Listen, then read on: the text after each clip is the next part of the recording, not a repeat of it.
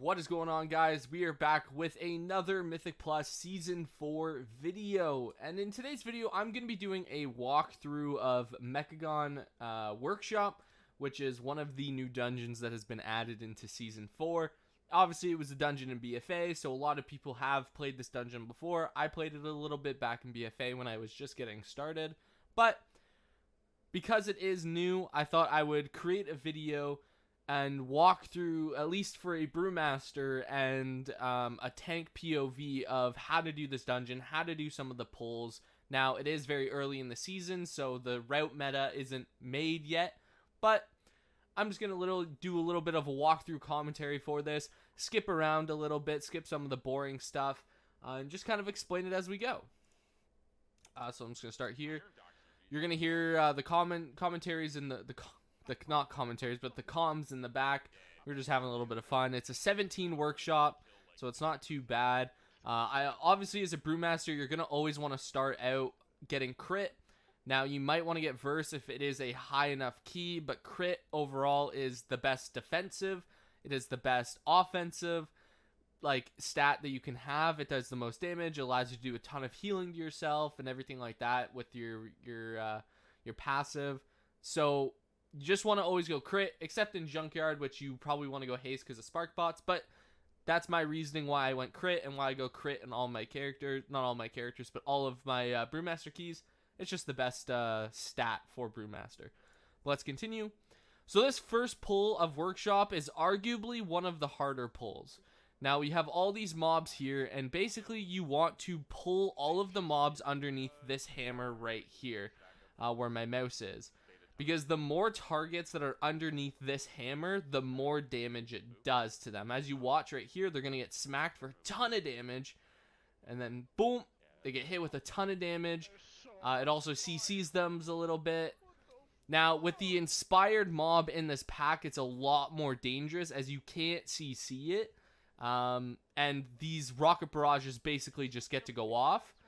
So, normally you pull them underneath the hammer and you CC them. But that's how the pull basically goes. It's pretty self-explanatory. Just AoE them down. Don't really ever worry about the Nathrazim. They're kind of your last target you want to kill because they don't really do anything except hit your tank pretty hard. Now, when the boss spawns, you're going to want to make sure your entire group gets near this hammer because the tank here is going to do a charge. It's going to dash at one of your targets, and you're going to want to pull everyone underneath this first hammer. It'll hit and do a massive damage to all of the targets. See, it charges there, and then you pull everyone underneath, and it's going to hit again. It's going to do some pretty big damage. There we go. Now, how you do this fight as a tank is the main guy here that's running around. I forget what his name, the Platinum Pummeler. He basically has 3 shields or 3 stacks of a damage reduction buff, and every single time he gets hit with this hammer, it takes one of those off. But when he does get hit with the hammer goes disabled, so you have to run him around the room. And as you see, I'm just basically kiting him around. You don't really have to worry about tanking the tank over there, because it just kind of targets the healer or a ranged DPS and runs at them. But yeah, you just want to continue to do this. Try and dodge the charge. I didn't do it. Dodge the bombs, the blades around the room. This fight is very chaotic, but it's very simple at the same time. So now, I have all 3 stacks off, but I am going to bring him to the 4th hammer as it does do some damage. So we're just going to bring it over to the 4th hammer and make sure he gets hit. And then, once that happens, you just kill the boss. That's all you got to do. Now, this boss does do a ton of damage, but I'm just going to skip through because we basically are just fighting the boss now. You just want to pull this guy on top of the tank and kill him. So I'm just going to skip through. So we kill him. So we kill the guy off. Normally you want to kill the tank first. We ended up killing the other guy first, but you always want to kill the flame jetting boss first because he does the most damage. But yeah, so you're going to get sucked into the room. You're going to get dragged down here. Nothing you can do about this. The release point is down here, so if you do die, just release right away. And you want to go into the next pull. Now the next pull is a little dangerous. So we have a Nathrezim, and we're going to have 2 of the tanks, or the processing units. Now, these processing units, you have a frontal ability, as you're going to see. It is process waste here. Basically, wherever they're pointing when the cast goes off is where the frontal will be placed for the entire duration. Not to mention, they also do an ability called Mega Drill, where they just basically charge up, put a circle on the ground, and hit the ground. While you're tanking this, just don't be looking at it in the group, and don't be having these guys look at the group, and just make sure they're far away from the range so they don't have to move. The Nathrezim does literally nothing, so you don't really have to worry about him. Just kill it off. It's a pretty this is a pretty tank heavy pull here. You got to do the mechanics correctly, but when they are done correctly, it's a pretty easy pull. Now, the next pull, we have some of these living wastes. You have to make sure these are in LOS of your group. When they die, they explode and do big damage, but you can line of sight them. So you want to pull them around this pillar here, and your range want to make sure that they're LOSing the group. As you can see, the rogue in my group did not LOS, and he ended up dying. You also have a waste processing person as well, so you just want to make sure he's not looking at the group either. And then you have the Junkyard Dog. Now the dogs, or the DOG, they're not really dogs, they hurt. So when you are tanking these guys, just make sure that you are watching your health, maybe using a defensive every so often. We also have another Nathrezim. He doesn't do very much either. So it's a pretty, just make sure you pull those living wastes in out of LOS of your team. So they can basically run around the pipe there and be safe. Now we're pulling the slimes again, but we're going to pull it with the next pack as well, which is the big Nathrezim. This is a very dangerous pull. You want to make sure that they are in LOS because you do have the slimes. But Zolgamax is in this pull, and Zolgamax, in my opinion, makes this affix so terrible. In my opinion, I would have pulled all of the living slimes together rather than pulling some with him here. That's what I would do, but I didn't do that. But so you have a Junkyard Dog here, and you have a Zolgamax. Now this is a pretty dangerous pull for tanks. Make sure you're not in the purple swirly there. It'll basically put a healing reduction on you, and you will die. Try and burst through this shield a little bit, interrupt him. He's not too dangerous on his own. He just has a ton of health, so that's what makes him pretty bad. Just want to be blasting him. I can't get this one. Actually, I lied. Now, I probably should have used Weapons of Order here, some form of CD to help my group out. I do have Touch of Death up. I think I will end up Touch of Deathing him. If you are a monk, I suggest holding Touch of Death because Touch of Death will basically just kill this dude. I think I probably used it. I did, but I missed it. Health percentages, terrible. Now we are on Cujo. Cujo is a very fun fight, in my opinion. He does some damage to the tank, and you have to do some tank positioning. So to start out, you're just gonna pull him into the middle of the room, and a box is going to spawn. As you can see with the swirly here, a box is going to spawn. You are going to want to make sure no one in your group is near that box, because he is going to do a. Oh, let me pause this. He's going to do a jump we'll see later on. I'll explain it then. But basically, he does this ability here called Venting Flames. Now, you need to be behind a box for Venting Flames in order to survive it. Everyone has to be behind it. And he does this. The box goes orange, which is very important. I'll explain when we get the next Venting Flame. But another box is going to spawn. It'll always spawn on a DPS, so it spawned right in melee. You want to pull the boss away because he's going to do an explosive leap. Now, if he explosive leaps onto a target near the box, let's pause this. If he explosive leaps onto a target near the box, it will become red like this. And when we will see with the next Venting Flames is any boxes that are red like this will explode on the first tick of Venting Flames. So if you're keeping track, we would have 2 boxes that would explode, and we would have nowhere to line of sight the boss. So you want to make sure that this is not like this. So once the leap goes out, you do what I do here. You pull the boss to the box. So if you have any melee or anything like that, they can basically attack him for as long as possible. So we have Venting Flame here, our DPS. I call out to our priest that he's going to need some help because that's not going to save him. You saw the box explode. And then you pull him away from the box. And another box is going to spawn, and that's basically the fight. You just continue to do that, make sure no one is near the box on the jump. You see, he jumps, and then you grab him, and you pull him towards the box. There we go. And then your group can DPS, and then Venting Flame happens, and you hide behind the box. Now, there is a weak aura, I'm not sure if it's in the game still, that you could basically line of sight, but still attack the boss. It's really, really weird with how the corners work. I don't know if it's in the game yet. I'll do some more information and more looking later on. But just keep it simple. The boss is pretty simple. He does a decent amount of damage, so you might want to help out your healer by using some defensives when you can. Right. But yeah. On to the next. We kill him off, and then we start this first gauntlet. So after you kill the boss, you're going to have to run over here. And you're basically just going to want to run up here and do this little gauntlet type thing. Now, if you are a warlock or a venthier, you can put a gateway here up into this corner here. Can't really see it here. Let me move my cam.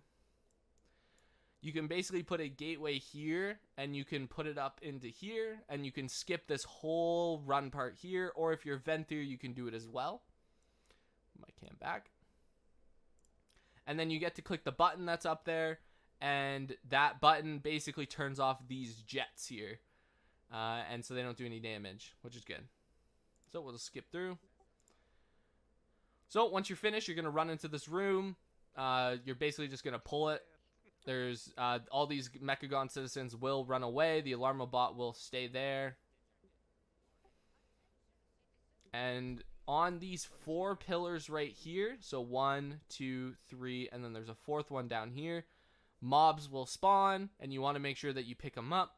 For the first wave of ads, these 2 are going to be the most dangerous here, so you're going to want to make sure you interrupt them and drag the other 2 over here. You can see the guards. You want to pull these guys, interrupt them. As you heard from the comms, these I think it's yes, these guys right here, I forget what their names are. The Tinkerers. Yes, if you have a priest, you can mind control the Tinkerers and use their chicken bomb on the pack here, and it basically one-shots them. It's a pretty cheesy way to do it. But yeah, if you don't have a priest, it's not a big deal. Just thought I would mention it there. So you just want to make sure you're not standing in any of these circles here. Alright, you basically just killed off. I'm guessing the scroll's supposed to kill the mob or something. I don't even know. And then once you killed off, the next group is going to spawn. Here we go. When you killed off, the next group is going to spawn. You just want to pick up the mobs. They're not too dangerous, this pack. They do a decent amount of AoE damage with their short out. So if you are on a high enough fortify key, make sure you use a defensive or something like that. But for the most part, they're pretty tame. Alright. So for the next guy, I suggest after you kill this guy, oh, I should show you the little tech actually. So I was shown this a little bit. I was explaining it to our mage, but basically what you can do is if you have a blink, so if you're a Night Fae or you are a mage, you can run to this wall and basically blink into a safe spot. Then you can do this entire room without fear of ever taking any damage. It's pretty interesting. So we'll see the mage do it here. He's gonna run over and see he's right here, and he blinks. And now he's up in this little safe spot here. So you basically can then attack absolutely everything down here and have no worry of dying. It's a really cool safe spot. Now, only people with blinks, I'm pretty sure, can do that trick. So maybe we'll try and figure out something later on. But yeah.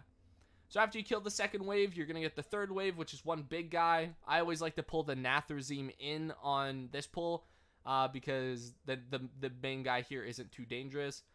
So you can just pull in the Nathrezim. And you pull this guy in. Oh, cool. My rune sits up here, too. Let's go. Now, for this guy, he's going to do a frontal, a Sonic Pulse. Just dodge it. And then he also has one big mechanic that you have to do as well. The Nathrem? Oh, you got him.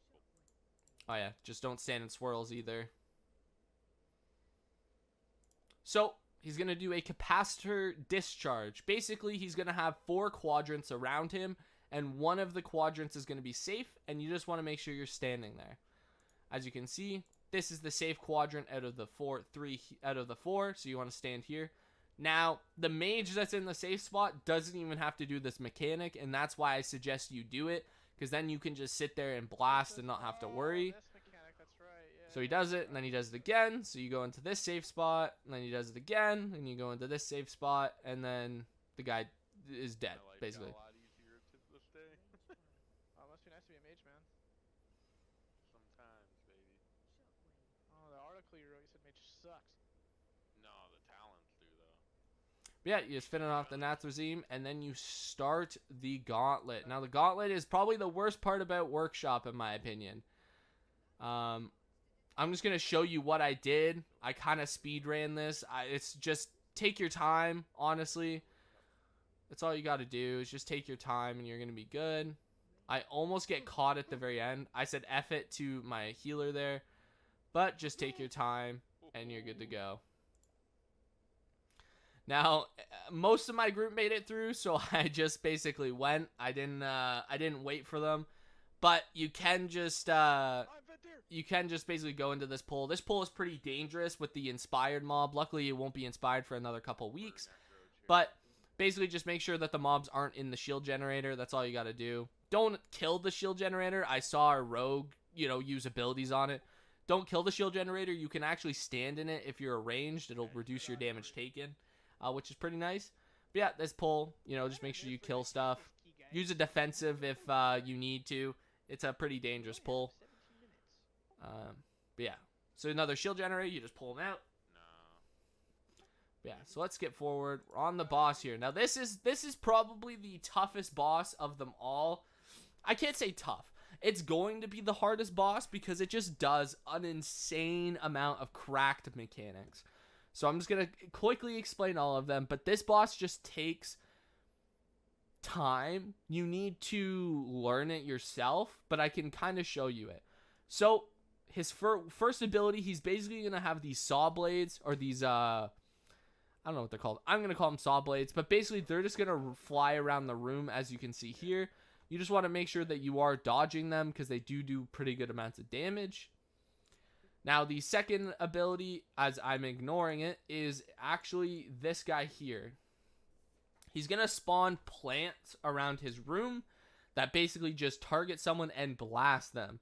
You want to make sure you pull the mob over to the plant and kill it as fast as possible. They don't have a ton of health, but you just want to make sure that it is killed. Now, another mechanic he has is Hidden Flame Cannon. Now, this is going to be a mechanic overload. I'm just telling you this now. So I'm going to explain all the mechanics, but like I said, you're going to have to learn it yourself. But the next one is Hidden Flame Cannon. Basically, 3 flame cannons are going to spawn around this center pillar here, and they're going to shoot out. And you just want to make sure you are in one of the 3 points of the room. We're going to see here. You can see where they're going to spawn. As you can see, they're there. And then they start to rotate. In a second, you're going to see. There you go. And you just want to make sure that you are standing in the right spot. As you can see, our rogue did get hit. And I'm going to show you how fast you die when you get hit. He literally went from 100 to here.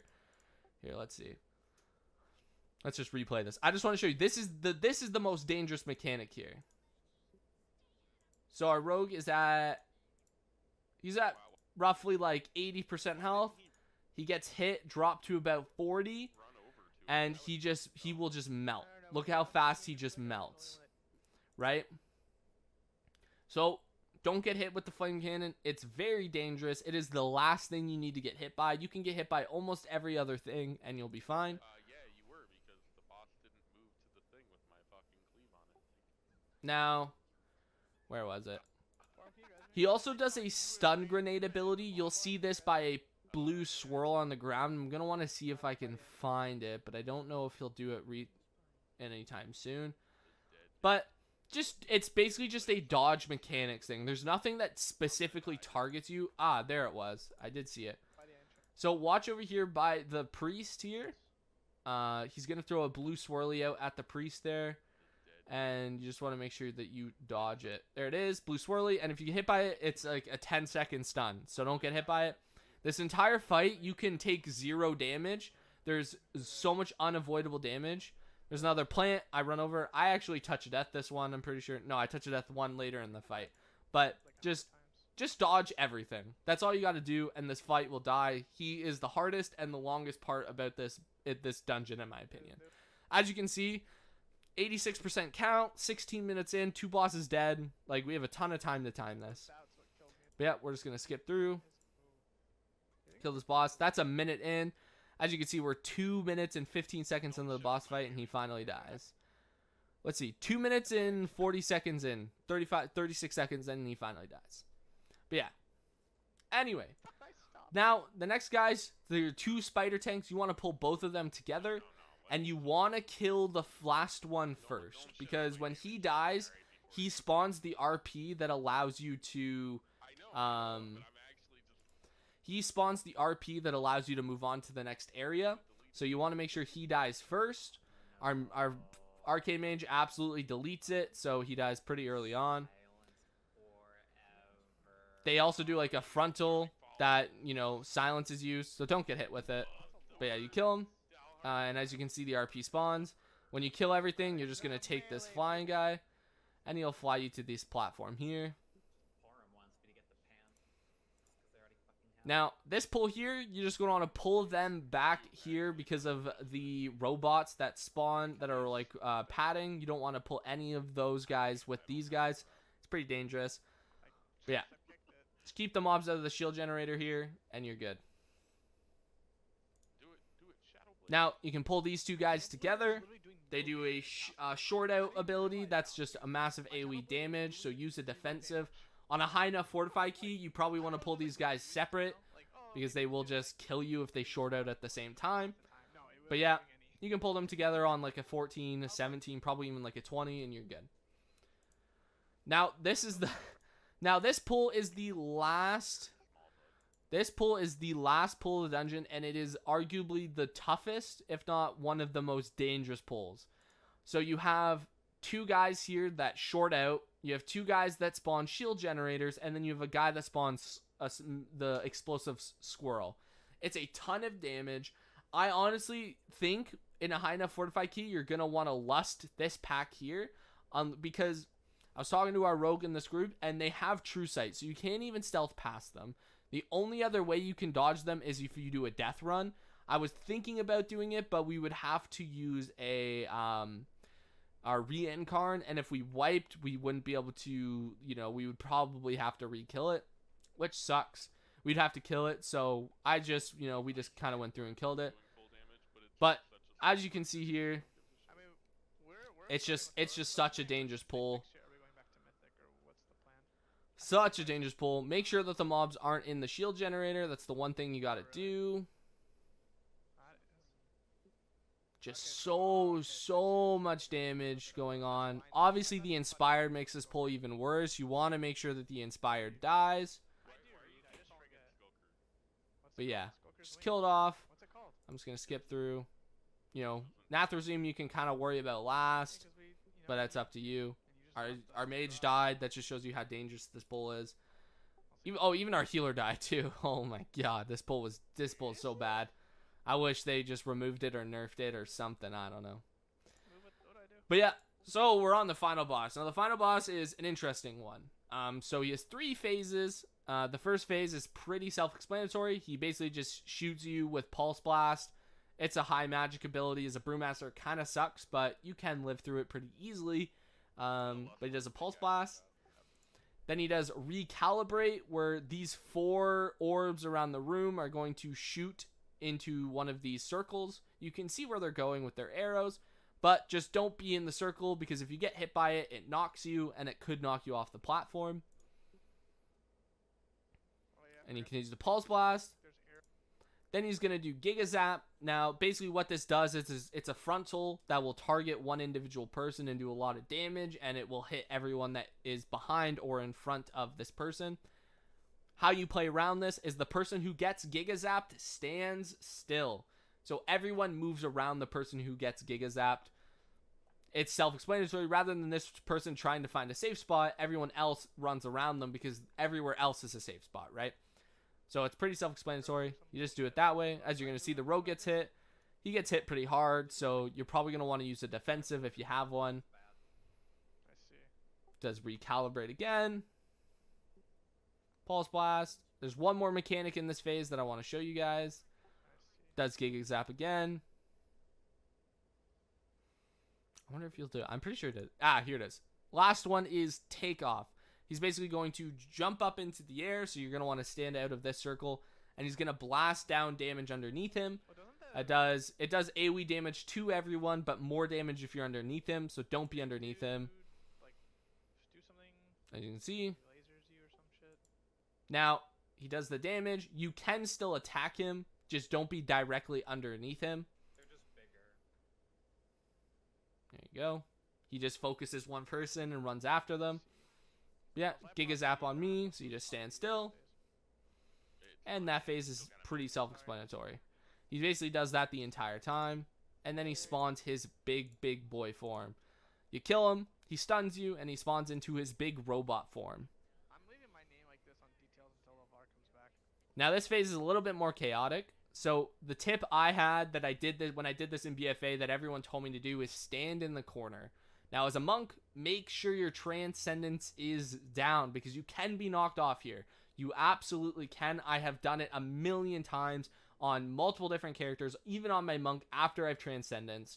So make sure it is down so you can teleport back up if you get knocked off. But you want to make sure your melee are in the corner. As you can see, the recalibrate is still happening, and this is why I say have your transcendence down. Because you're going to want to not be in this circle, but you also don't want to get knocked off. So you're going to see me move out. I'm going to move away. And I'm just going to move back. Now, Gigazap is way more dangerous in this phase as well. He's going to shoot it 3 times. And this is where the standing still part comes in handy. As we're going to see here. Our priest also died. But we get Gigazap here. So the person doesn't move. And then Gigazap again, it's on the rogue. This is another reason why melee should stand in the corner, is because this basically allows your range to never have to move, because they're never back in this corner. Gigazap again, and then the Gigazap one more time, and as you can see, no one is moving with the ability, so it's good. Now, just keep making sure you're dodging everything.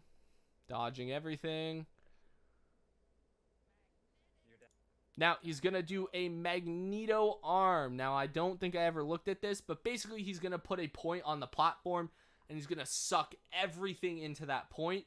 You just want to make sure that you don't get sucked into it, because you'll die. It's going to suck all the balls in. It's going to suck everything in. So just be very careful as he's doing this. It's very easy to just run away from. As you can see, he's doing it there. And you basically just redo everything you've just did. Stand still with Gigazap. Stand still with Gigazap. Did I stay on the side the whole fight? There we go. I get Gigazap as well. And you just continue to do that phase. As you can see, this fight is very long. 3 minutes and 40 seconds. And we're finally hitting phase 3. Now, when you kill the big robot, King Mechagon himself will jump out, and he will die very quickly, as he is has like no health at all. I think I save touch a death for him, and I blast him.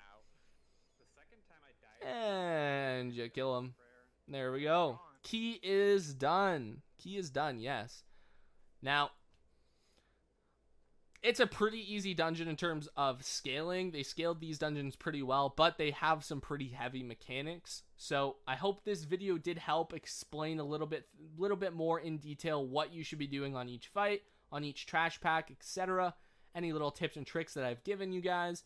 But if you have any comments, questions, concerns, drop them down below. Let me know any tactics you guys have about this dungeon, whether it's tanking it, healing it, DPSing it. I love to spread the knowledge to everyone about this game. It's one of my favorite things to do. So make sure you do that. Make sure you like, comment, and subscribe. It really does help the channel grow. I'm trying to hit 200 subscribers.